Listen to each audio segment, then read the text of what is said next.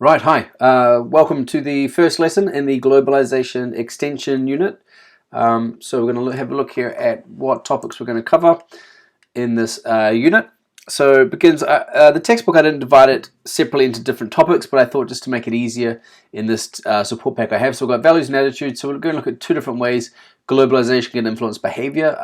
Globalization can affect cultural values, which affects happiness in Japan. We're going to look at how TV as a way of globalization occurring can affect eating attitudes in Fiji.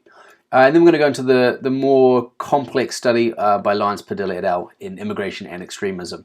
And so because it's such a complex study, a lot going on, we'll break that down over 3 lessons. This would probably be enough, though, just as first topic. If you want to cover globalization, this should be enough to cover everything, but this is a pretty interesting and I think relevant topic as well. We're going to end with research methods. So in this first lesson, cultural values and Japan. So like any unit that we have in our support packs, it begins with the key term traffic lights, all the key terms in the unit that students need to know. And the key question here we're looking at, interestingly, individualism can affect happiness in Japanese students, but not Americans. So that's really, if students can answer that by the end of this lesson, fantastic. A little bit of a hook, which countries are friendliest, students can think, talk about it, share some experiences. We're getting them into that globalization mindset of thinking about around the world, different countries. And also that this lesson is really about friendship and how having friends can protect you against some mental health issues. And so we just discussed this, and then we can you can scroll through the article here and see if they agree or not. And then this is an interesting 3-minute short video about Billie Eilish.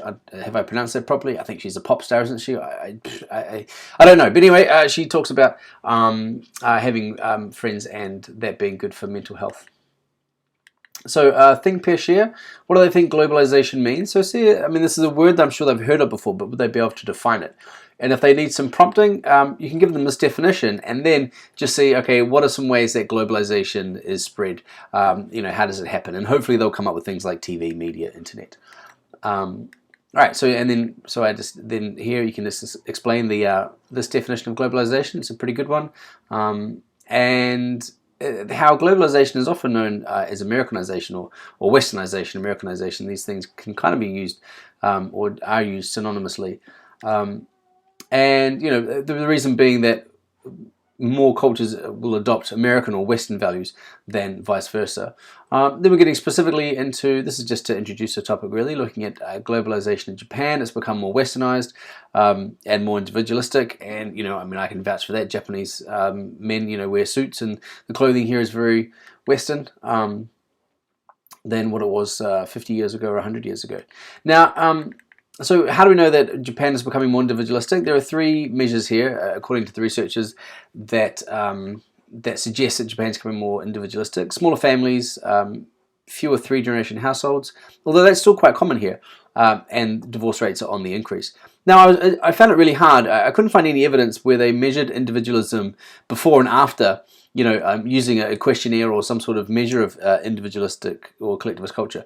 But then I realized, the reason why that would be because why would they measure it? Why would have they measured it 30 years ago? Just like the chances of someone just randomly going, "Hey, let's just see how individualistic we are," is quite slim. Maybe if that study exists, I'd like to know it. But I couldn't find any that just did it before and after, or any other better measure of this over long term showing that Japan has become more individualistic.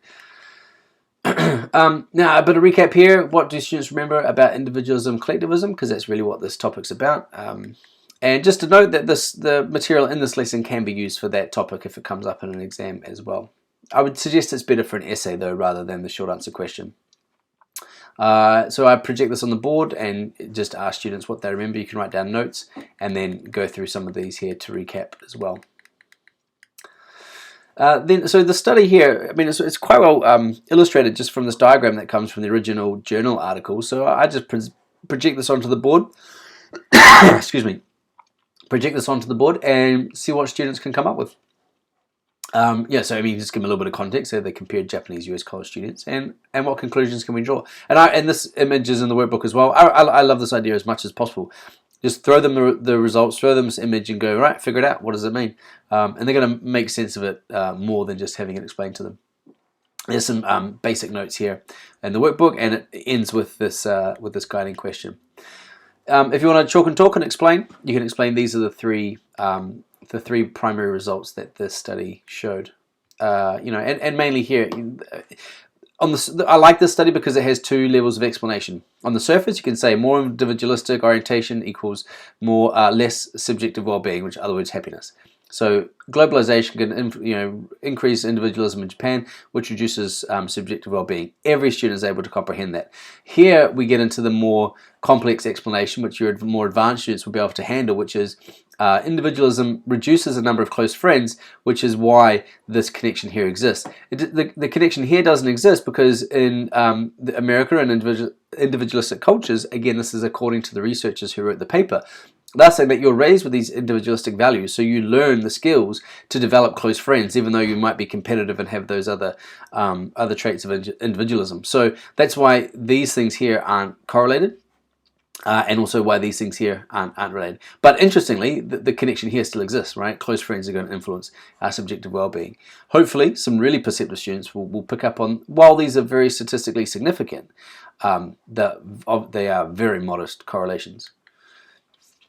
Okay, and here we've got our guiding question, and then I would come back to an exit ticket, just give them one piece of paper. Can you define globalization? And just remind them, right? A lot of them I don't think will be able to after just one lesson, and that's fine. But you have to remind them that remembering concise terms is a really good way of showing knowledge in their exams, and flashcards are a good way to help with that. All right, that's the end of that first lesson, and the next one we move on to Fiji, TV and attitudes in Fiji.